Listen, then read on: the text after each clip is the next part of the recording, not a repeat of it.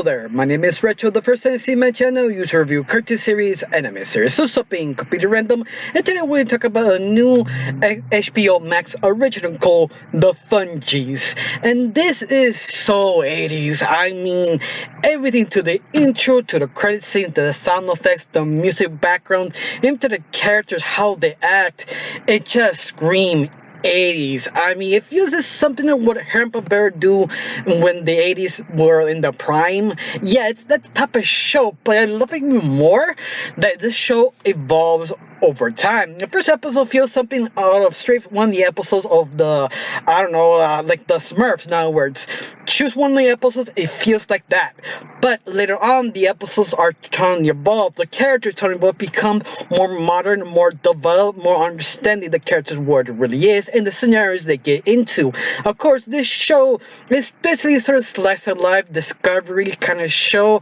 This for sort of meant for younger viewers, but the more the show keep building, the more trying to push that boundaries and stop being for young viewers and trying to mature and develop some little things.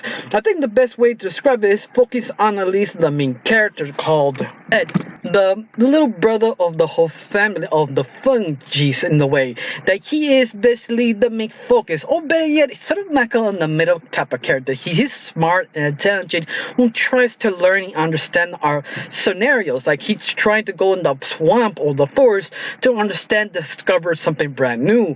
But of course, this is sort of double-edged sword because the show kind of established that yes, it's okay to be curious, but sometimes too much curiosity can kill a cat, or one of the Fungies in this case. But you see, Sid is sort of difficult to describe because he tries to learn, but at the end, he sort of sometimes backfire because the whole town don't want to learn, don't want to know what's going on. They want to be safe, but Sid keep pushing more and more to understand what this type of animal, what it is, what he's doing here, what is help the town doesn't. And I feel that's kind of interesting. You feel Sid sort of frustrated that every time he wants to learn, discover, the town sort of go against him, says, no, that's a bad idea. Our folks always ran away, hide, do not learn.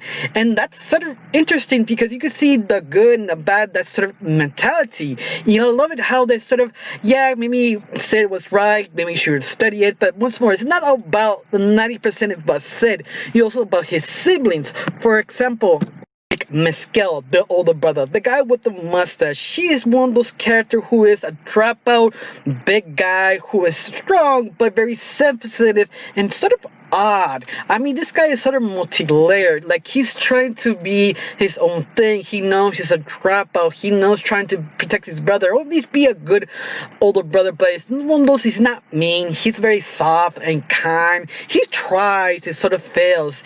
He's kind of the slowest brother of the whole trio, and he tries to help his brother to understand the situations. You also have the most little brother called, if I'm correct, that's the right name. Yeah, the little brother, his very, very odd. He very childish and roughly. He does his own thing. But once more, that's what you do for little brothers. Little brother usually is in the corner doing his own thing. But besides this show is just kind of fun. I mean, it's very cheerful, very slice of life, but really trying to push that slice of life to something else. I mean, he really tried to surprise you every time the chance he gets.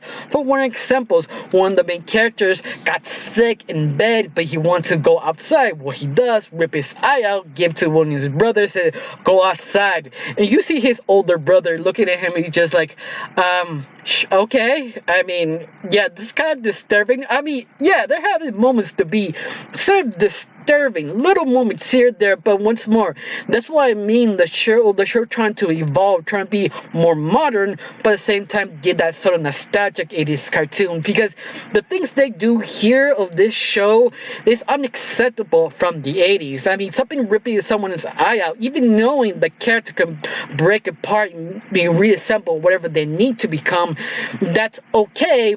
but how they did it, that it's not okay. You just like, okay, this is kind of hilarious and disturbing in the same time. But what's more, you will get censored by the 80s. Yeah, that's right now. It's the only thing you get away from this time of period. Besides that, it's one of the things that is very interesting. Besides that, sort of falling apart type scenario. I mean, these characters can really sample the things they need to get away or build or just to have fun. I mean, they never explain what is the characters, what the Fungies are so interchangeable. I mean, of course, it's sort of common sense is hitting ruining the fun in your face because they're trying to sell toys. In the 80s, that's the whole point, trying to sell the IP so you can sell the toys. And this one I can see very popular, can sell the toys because the possibilities of making and really selling whatever they want is a lot of possibilities. It also could be fun if you have very creative ideas. But besides that, the thing makes this more special besides the everything about the 80s and involvement is the fact is how the world builds. It builds this kind of strange way that you will know more about the world, how everything is and how it is, how it was built. Once more, they do baby steps because this series should be on Cartoon Network, but HBO Max was desperate and stole it because it's the new brother, he needs new stuff, and you see this kind of could be great potential for Cartoon Network. Sadly, they took it away. But what's more, it's a really fun little show. It's not for everyone because how 80s really is, because it could kind of easily distract you because how slice of life and comedy really is. I mean, it really trying to be soft, but the moments just wake you up. But once more, it's a fun show. I mean, I can't praise it enough because it's just so enjoyable, so likable, so creative. But at the end, it's up to you if you like it, if you don't. Tell me down below if you've seen the series because I just want to know, do you like the series? I did. I got nothing else to say, just thanks for watching, don't forget to subscribe, and have a wonderful day. Bye.